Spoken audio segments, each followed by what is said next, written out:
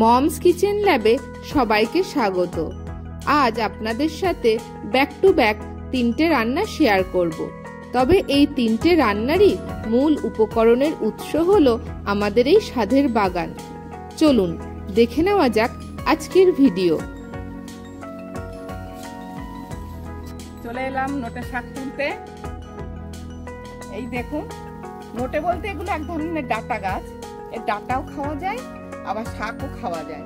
শাকগুলো খেতে খুব সুন্দর। এইগুলো না, এই যে একটা গাছ হলে এই দেখুন, এই গাছ হয়েছে, এই গাছ থেকে দানা পড়ে আমি কি করি, দানা তুলে এরকম ছড়িয়ে দিই চারিদিকে। এগুলো 12 মাস হয়, জানেন তো। ডাঁটাও খেতে খুব ভালো, আর এই শাকও খেতে। তা আজকে অনেক হয়ে আছে, বাগানে চারিদিকে ছড়িয়ে ছিটিয়ে হয়ে আছে। এগুলো আজকে তুলবো, তুলে একটা রেসিপি করবো, দেখতে থাকুন।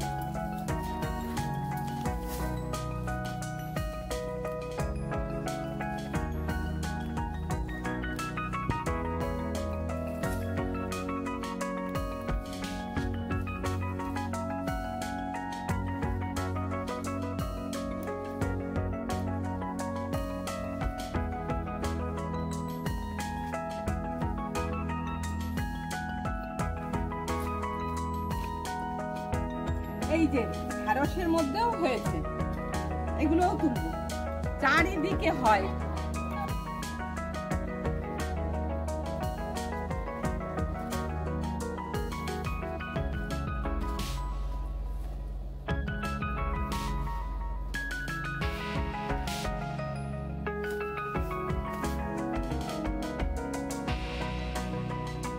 শুধু দানা ছড়ালেই হলো, আর আমরা এরকম ছড়িয়ে দিই, আমি চারিদিকে হতে থাকে আর তুলে তুলে খাই।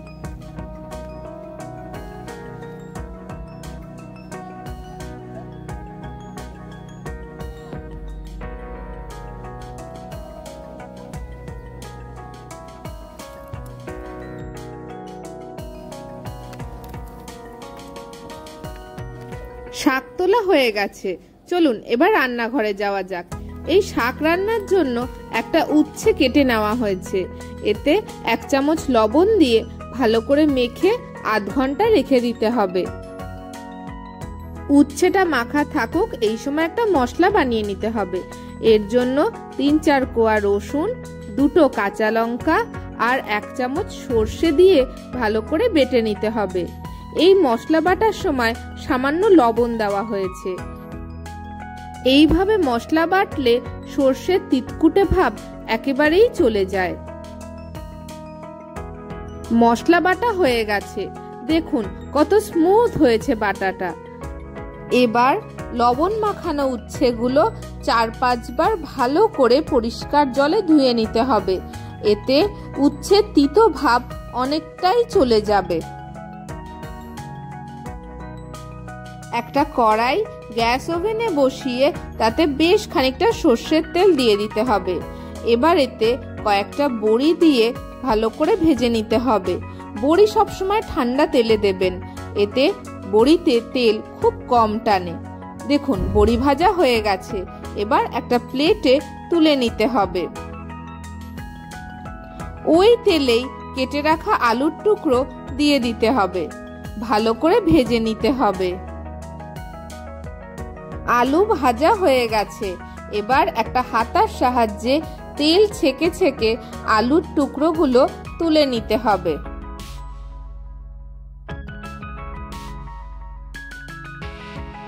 ওই তেলেই উচ্ছের টুকরো দিয়ে দিতে হবে, ভালো করে ভেজে নিতে হবে। এইদিকে উচ্ছে ভাজা হতে থাকুক, চলুন ভাজা বড়িগুলো হাতের সাহায্যে আড়া ভাঙা করে নিতে হবে। এইভাবে একটু ভেঙে ভেঙে দিলে বড়িগুলো শাকের সাথে খুব সুন্দর মিশে যায়, অল্প অল্প মুখে পড়ে, খেতেও খুব ভালো লাগে। দেখুন কথা বলতে বলতেই সব বড়িগুলো ভাঙা হয়ে গেছে। এদিকে উচ্ছেও ভাজা হয়ে গেছে।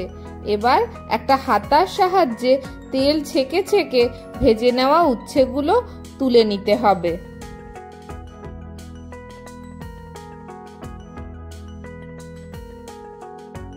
ওই তেলে কালো জিরে ফোড়ন দিয়ে কেটে নেওয়া শাক দিয়ে দিতে হবে, ভালো করে ভেজে নিতে হবে। এই সময় চাপা দেওয়ার কোনো প্রয়োজন নেই। এই রেসিপিতে শাকগুলো একদম মিহি করে কুচাবেন না। দেখুন একটু বড় বড় আছে, মোটামুটি হাফ ইঞ্চি মতন করে শাকগুলো কাটা হয়েছে। এইভাবে ধিমে আঁচে মোটামুটি মিনিট 5 নাড়াচাড়া করলেই দেখবেন শাকগুলো প্রায় মিয়ে এসেছে। এবার এতে পরিমাণ মতন হলুদ আর স্বাদ মতন লবণ দিয়ে একটু ভালো করে মিশিয়ে দিতে হবে। এই রান্নায় উচ্ছে ব্যবহার করা হলেও শাকের স্বাদ কিন্তু একটুও তিতো হয় না, অপূর্ব স্বাদ হয় এই রান্নার। দেখুন শাকের সাথে লবণ হলুদ একেবারে মেশানো হয়ে গেছে। এবার এতে পরিমাণ মতন গরম জল দিয়ে দিতে হবে। খুব বেশি জল দেওয়ার প্রয়োজন নেই, শাক সিদ্ধ হবে এমন জল দিলেই হবে। এবার ভালো করে মিশিয়ে দিতে হবে। মেশানো হয়ে গেলে ভেজে রাখা আলুর টুকরোগুলো দিয়ে দিতে হবে। আবারও ভালো করে শাকের সাথে আলু মিশিয়ে দিতে হবে। এবার ঢাকনা চাপা দিয়ে শাক আর আলু একদম মজে যাওয়া অবধি অপেক্ষা করতে হবে। কিছুক্ষণ পর ঢাকনা তুললে দেখুন শাক কি সুন্দর মজে গেছে, আলুও প্রায় মজে এসেছে। এবার একটু নাড়াচাড়া করে দিয়ে দিতে হবে রসুন আর সর্ষে বাটা। এবার ভালো করে মিশিয়ে দিতে হবে। শাকের সাথে মশলা ভালো করে মেশানো হয়ে গেলে ঢাকনা চাপা দিয়ে তরকারি মজতে দিতে হবে। প্রায় মিনিট 5 ঢাকনা চাপা দিয়ে রেখে দিতে হবে। মিনিট 5 পর ঢাকনা তুললে দেখুন তরকারি প্রায় মজে গেছে। আবারও একটু ভালো করে মিশিয়ে দিতে হবে। এবার এতে সামান্য চিনি, ভেজে রাখা উচ্ছে আর ভেজে রাখা বড়ির টুকরো দিয়ে ভালো করে মিশিয়ে দিতে হবে। শাক ততক্ষণ মেশাতে হবে যতক্ষণ না অবধি শাকের গায়ের জল প্রায় শুকিয়ে যায়। এই তরকারিটা একদম ঝুরো ঝুরোও হবে না, আবার ঝোল ঝোলও হবে না। তৈরি হয়ে গেল উচ্ছে আলু বড়ি দিয়ে নোটে শাকের চচ্চড়ি। এবার একটা সার্ভিং প্লেটে নামিয়ে নিতে হবে। গরম গরম ভাতের সাথে পরিবেশন করুন সুস্বাদু এই নোটে শাকের চচ্চড়ি। হলফ করে বলতে পারি অপূর্ব স্বাদ হবে এই রান্নার। একবার যাকে খাওয়াবেন দ্বিতীয়বার সে আপনার কাছে রান্না করে খাওয়ানোর আবদার করবে। এবার চলুন যাওয়া যাক দ্বিতীয় রান্নায়। কটা পাট শাক তুলে নিই। এই পাট শাক দিয়ে পাট শাকের বড়া ভাজা, শুধু এই ডগার পাতাগুলো নেব।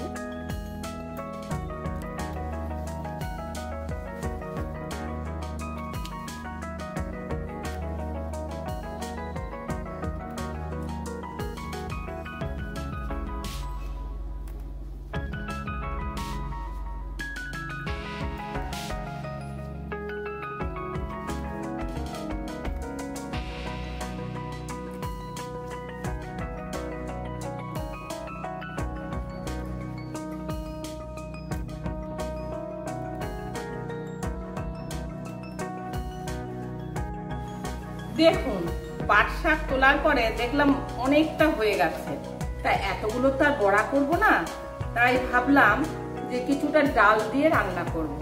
তা ডাল দিয়ে পাট শাক রান্না করলে একটু পিচ্ছিল হয়, তাই এই পিচ্ছিল ভাবটা দূর করার একটা উপায় আছে।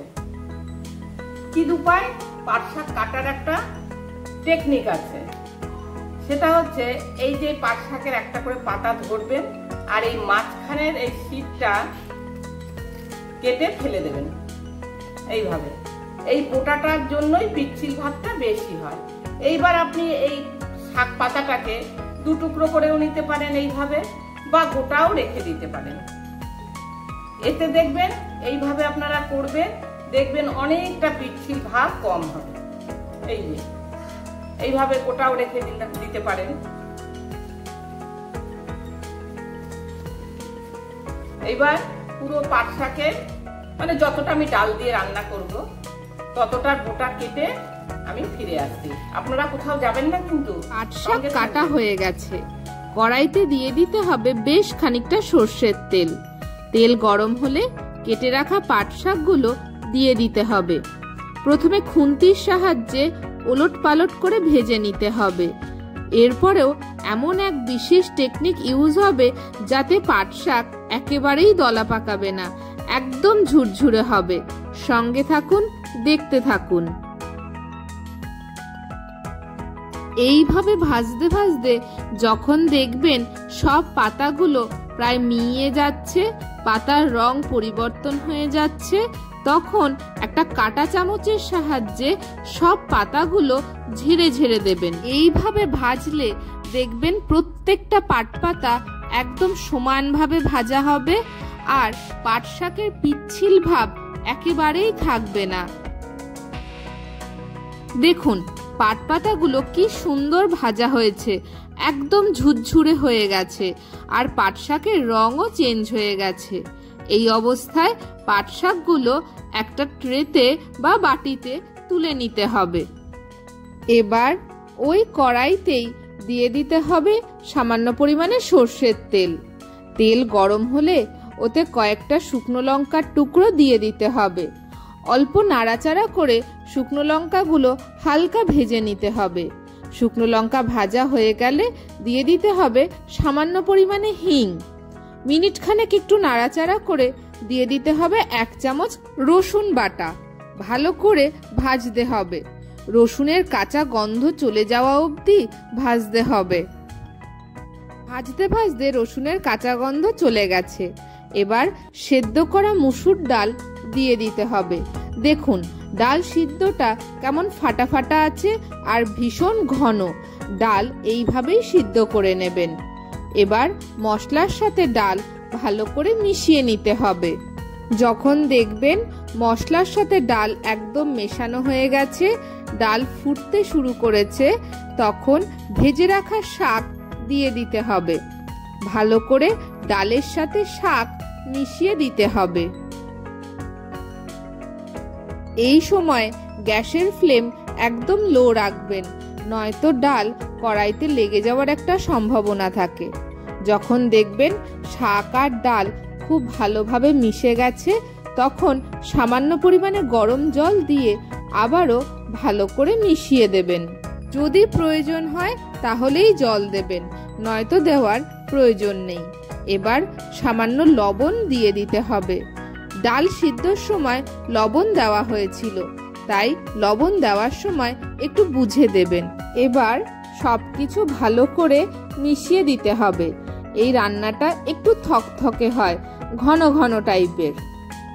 এইভাবে মিনিট খানেক নাড়াচাড়া করলেই তৈরি হয়ে যাবে মুসুর ডাল দিয়ে পাট শাকের তরকারি। অপূর্ব স্বাদ হয় এই রান্নার। একবার বানিয়ে খেয়ে অবশ্যই কমেন্টে জানাবেন। এবার যে পাতাগুলো বড়ার জন্য রাখা হয়েছিল, চলুন এবার দেখে নেওয়া যাক কি করে বানানো হয় একদম মুচমুচে পাট পাতার বড়া। এর জন্য একটা মিক্সিং বোলে 4 চামচ বেসন নিয়ে নিতে হবে। এবার এতে 2 চামচ চালের গুঁড়ি দিয়ে দিতে হবে।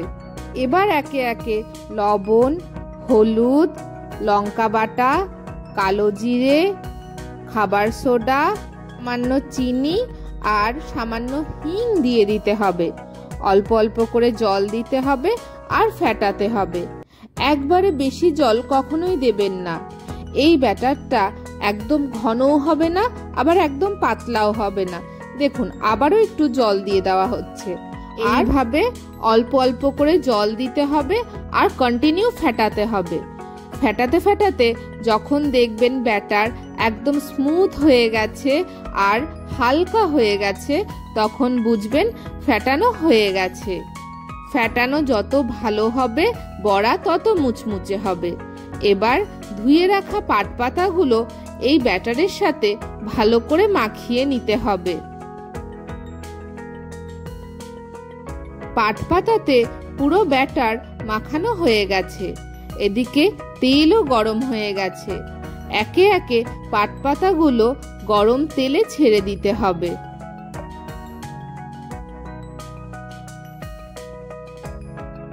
এবার ধিমে আঁচে উল্টে পাল্টে ভেজে নিতে হবে। দেখবেন যখন তেলে দেওয়া হবে তখন বড়াগুলোর রং একটু লালচে হয়ে যাবে।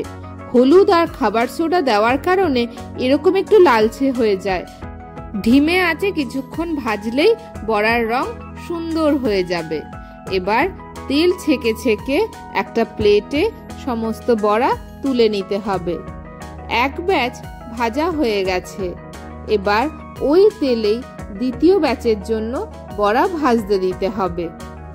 বড়া সব সময় ডুবো তেলে ধিমে আঁচে ভাজবেন, এতে দেখবেন বড়া ভীষণ মুচমুচে হয়। দ্বিতীয় ব্যাচেরও বড়া ভাজা হয়ে গেছে, তুলে নিতে হবে।